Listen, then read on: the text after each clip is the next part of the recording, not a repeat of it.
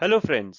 मैं आपका अपना मनी मित्र लेकर आज आया हूं एक और नई वीडियो जिसमें हम समझेंगे how to manage your personal finances in 7 simple steps. Please like and comment on this video and subscribe to our channel for more such informative videos. You can also send your queries on insuretocare@gmail.com. So let's start. We all know that we should make a budget, but in this fast world, do we really care to make a budget? The answer for most of us is no. So, first thing first, start making your budget now. Write down each and every expense done by you and your family. Categorize each expense in few basic groups like bills, groceries, entertainment, etc. for better visualization. It will certainly help you to identify your essential and non-essential expenses.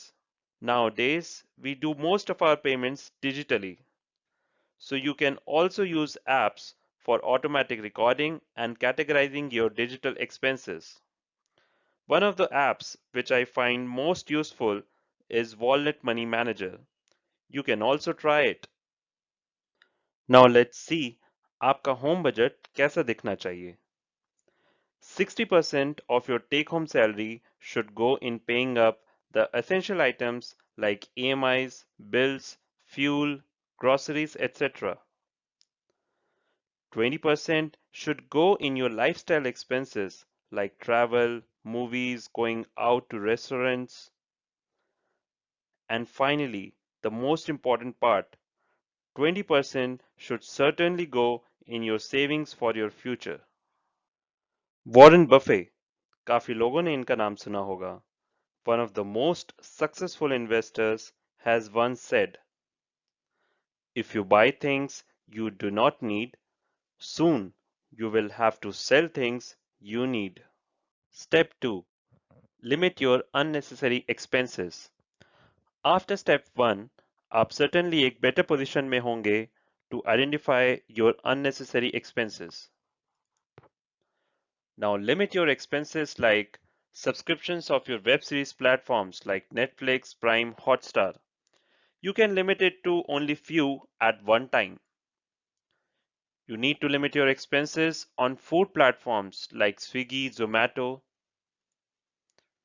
You need to limit your expenses on your outings, movies, malls, etc. जो कि आजकल की life का एक बहुत important part हो चुकी है. Avoid use of credit cards while shopping because we all know that we tend to overspend with the use of credit cards. Cook your meals rather than eat at expensive restaurants or order online food. This is good for your health and also it's good for your money. Just make a shopping list and stick to it while going to any big store. Thomas Jefferson, one of the founding fathers and third president of United States of America, has once said, never spend money before you earn it. Step 3. Limit your debt. Do not spend more than you earn. Do not take loans like personal loans, car loans, etc. Paying its repayment interest will eat all your savings. Home loan is an exception. You can buy it, as it buys you a appreciating asset which is home. But in the case of car loan, you buy a depreciating asset like car, whose value decreases after buying. Use your credit card very wisely. They are one of the worst debt traps. Use maximum of only one credit card and also make sure that you do its payment on time. Warren Buffett, one of the most successful businessmen, has once said, if you don't find a way to make money while you sleep, you will work until you die. Step 4. Don't just save, invest your money.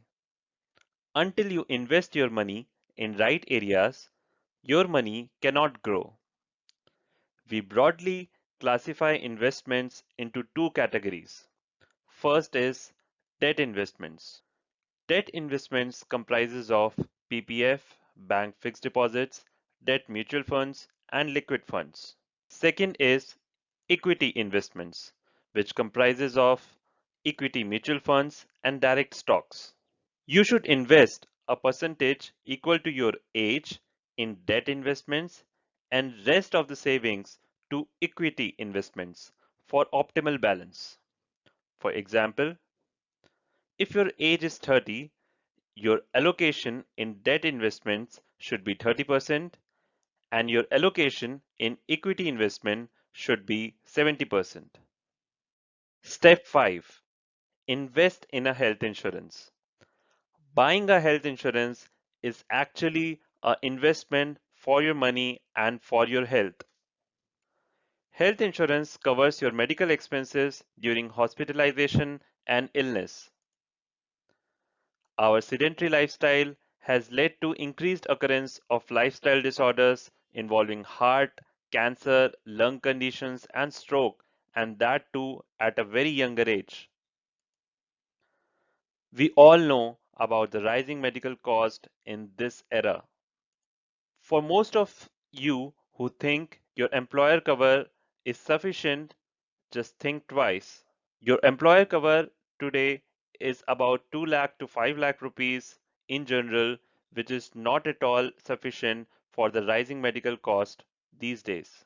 Also, you can claim income tax deduction up to rupees 1 lakh under section 80D. Buying a health insurance will ensure that in the future you don't lose your hard-earned money in any unfortunate incidents of hospitalization and illness. Step 6. Buy a term life insurance. A term life insurance plan is the simplest of all life insurance policies. It provides benefits to the nominee if the insured passes away during the term of the plan.